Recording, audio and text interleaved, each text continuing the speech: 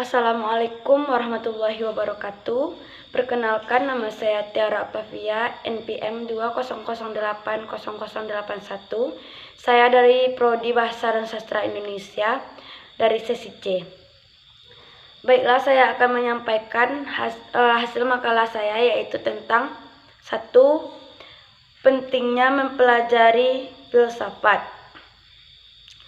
Manfaat filsafat bagi ilmu pendidikan adalah filsafat membantu ilmu pendidikan untuk mengkaji, merumuskan, dan menjawab pertanyaan tentang apa itu pendidikan, apa tujuan pendidikan, apa manfaat pendidikan, apa fungsi dari pendidikan, apa itu kurikulum, pengetahuan apa yang harus diajarkan kepada peserta didik, bagaimana peserta didik dapat belajar, bagaimana komunikasi yang harus dibangun antara guru dengan peserta didik, apa hakikat peserta didik, dan berbagai persoalan lainnya yang menjadi bahan kajian filsafat.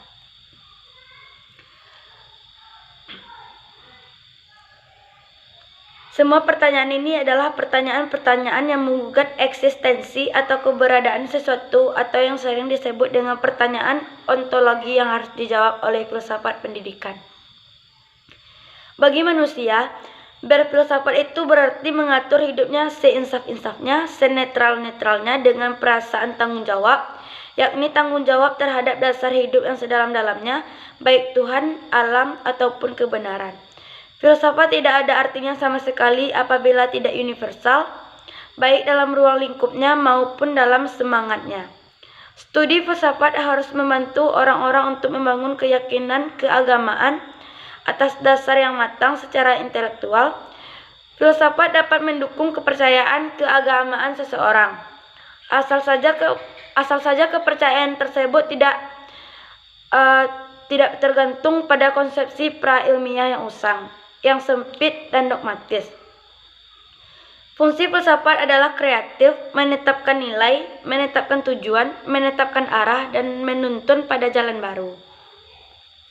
Filsafat hendaknya mengilhamkan keyakinan kepada kita untuk menopang hidup baru. 2. Filsafat sebagai ibu dari segala ilmu.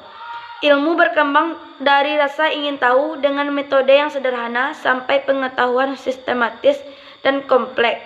Sejarah perkembangan ilmu pengetahuan tidak bisa dilepaskan dari sejarah filsafat.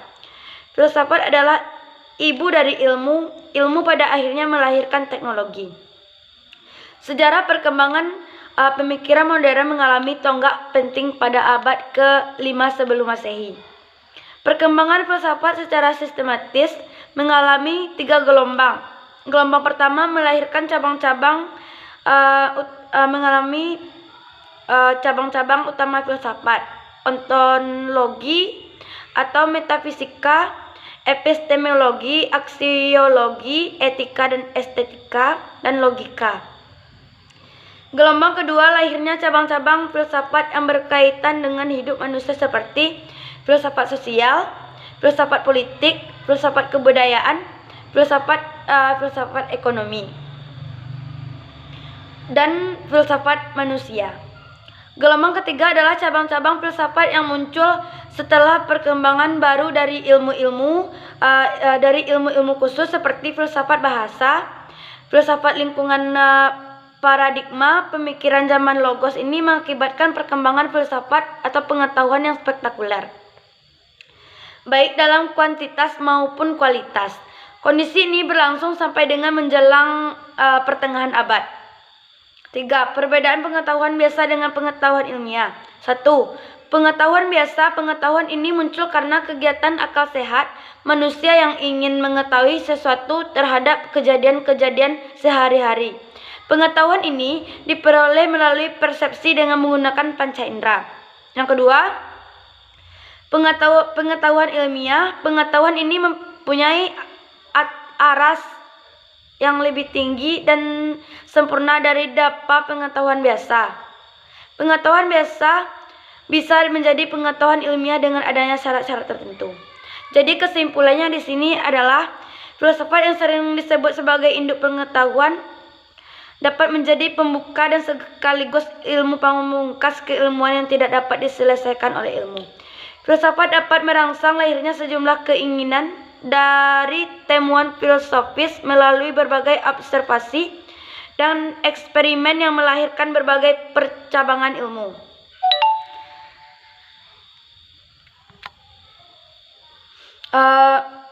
Termasuk di dalamnya adalah ilmu perpustakaan. Dengan demikian, sumbangan filsafat terhadap ilmu perpustakaan sangatlah penting. Begitu pula dengan ilmu perpustakaan dan informasi adalah kedua ilmu yang saling berkaitan namun memiliki perbedaan masing-masing. Mungkin hanya itu yang dapat saya sampaikan, lebih dan terkurangnya saya mohon maaf. Saya sudahi dengan Assalamualaikum warahmatullahi wabarakatuh.